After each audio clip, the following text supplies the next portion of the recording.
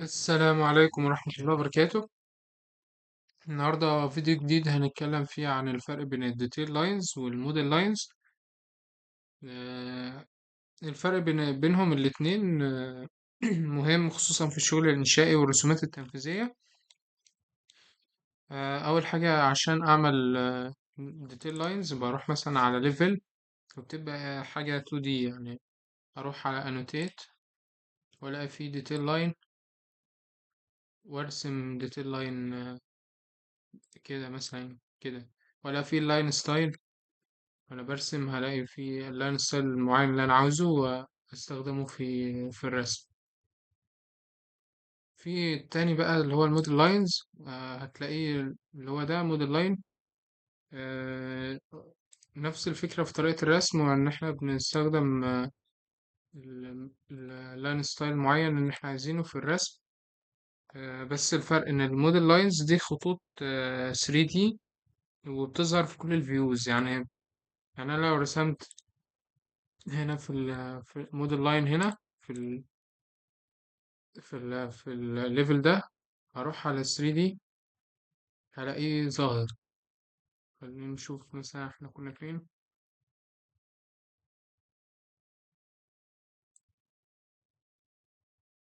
خلينا نعمل له كده هلاقيه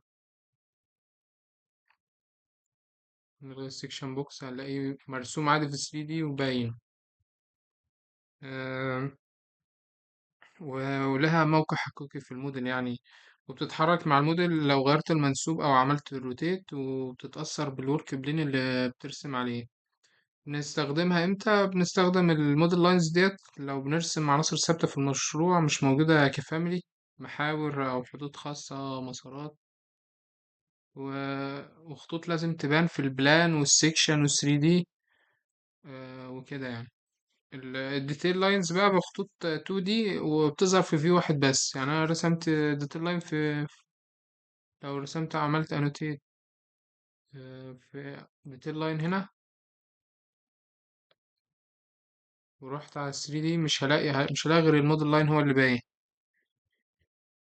بنستخدمها في فيو واحد بس وملهاش وجود في 3D، وما بتتحركش مع الموديل، وهي خاصة بالانوتيشن والدرافتنج. بنستخدمها امتى؟ في تفاصيل التسليح، في تكملة رسمة تنفيذية، في رسم عناصر توضيحية مش موجودة فعليا، تفاصيل في سيكشن أو ديتيل فيو.